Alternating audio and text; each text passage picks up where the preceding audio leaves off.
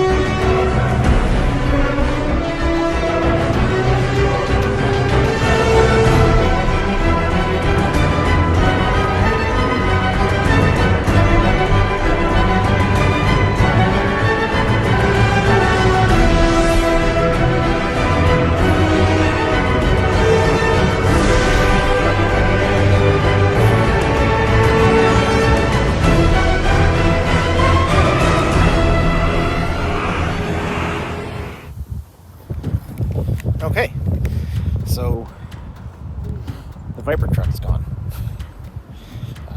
That's what I spent all weekend working on. And for those of you who are interested in that, make sure you go check out the other channel. It's down in the description. I don't want to say it's one of one, but what I'm doing, I haven't been able to find anywhere else. So potentially, maybe one of one. So that's kind of neat. Anyway, I've been sitting at home for a couple hours this morning after I went and got after I got the truck dropped off at the place for the thing. Anyway, that video will be coming up probably the same day as this one, or within a day or two, one way or the other. It kind of depends how the timeline goes. But finally got the phone call that our trailer is ready to pick up. Streetwalker is out here warming up. We're outside the gate. House is back locked up. We're ready to get going. And yeah, we got a whole 3 miles to go to our pickup. So let's get going and let's see where the day takes us, yeah? All right. I'll catch you guys soon. All right, so we are in Belgrade, Montana. Went a whole 2.5 miles from my house, picked this up, and it is going right over there. It's a 1/4 mile from my position. So down that road, that way.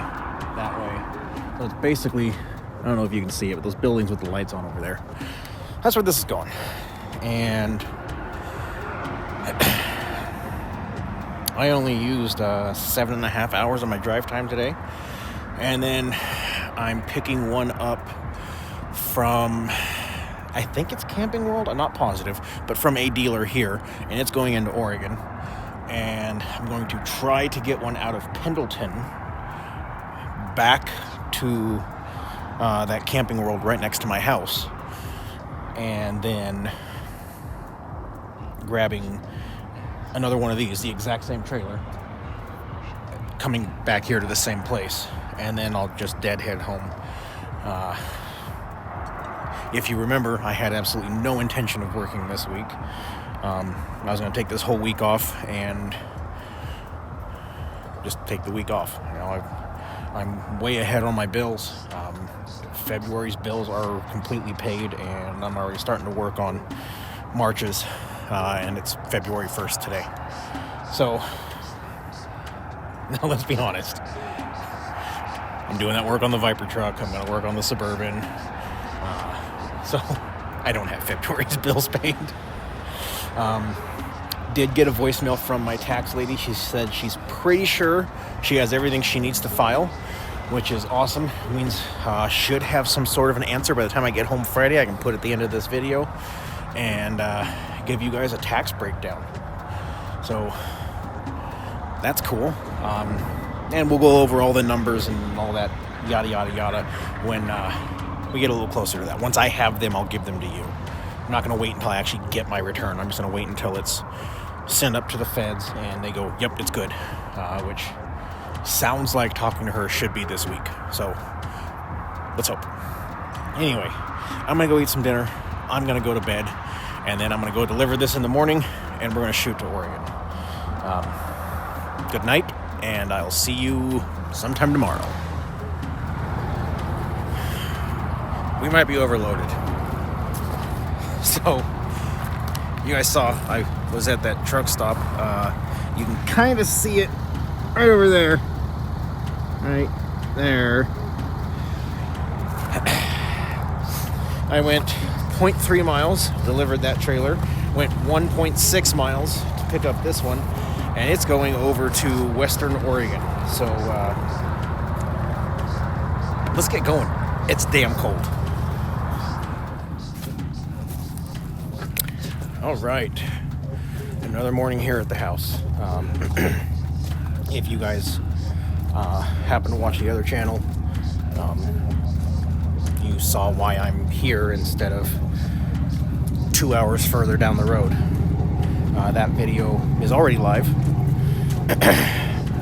And now we gotta get going. According to Google, I am 7 hours and 38 minutes away from delivery on this, which means I'm probably closer to like 8 hours 15, because I can't do 80 all the way across the state of Idaho. This one's going into Montana, by the way. So, should get there about 3 o'clock tonight, or this afternoon. Drop this, and I'm coming home, and I'm taking a break. Streetwalker needs a lot of work. A lot of work. And we'll get into that in the next video. Already have some information on these tires, so we'll be going over that as well. And yeah, let's get on the road, and I'll see you guys somewhere.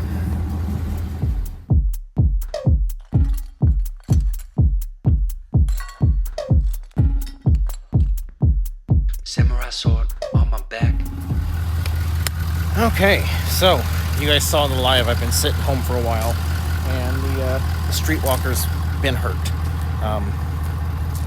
She was due for an air filter, as you can see. That's pretty well done. That's roughly 40,000 miles, which is how far I take the air filter.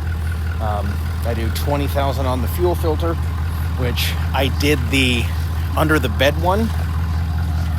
I did not do the under the hood one, and I'll get to that in just a second. The oil's been changed, letting it run for a little bit, kind of circulate everything, then I'll shut it off, let it settle back down, and make sure the level's good, top it off if needed, yada yada yada. You know how it works. Anyway, the reason the streetwalker's been down, I noticed last oil change I was having a little bit of an oil leak out of the pan. And what's happening there, let me get this out so I can show you guys. What happens there, what causes that, not always, but something to check for, is this. You hear that? That poop. Well, it actually shot the cap up into my hand. So what that means is my crankcase filter, which is right there, is bad. So what that's doing is creating pressure in the crankcase, and that's what's most likely what's causing the oil to blow out the pan gasket. So that's why the streetwalker's been down for a while. A real easy fix. I will show you guys how to do it. And then that'll be that, and we'll be back on the road.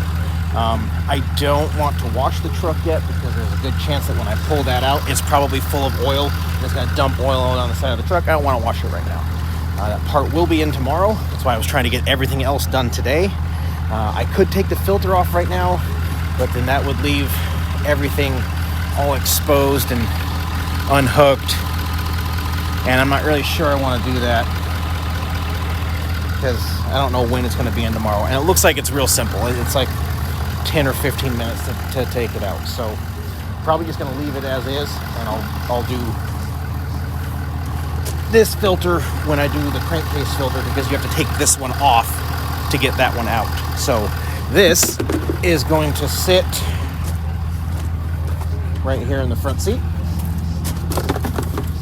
and that's that.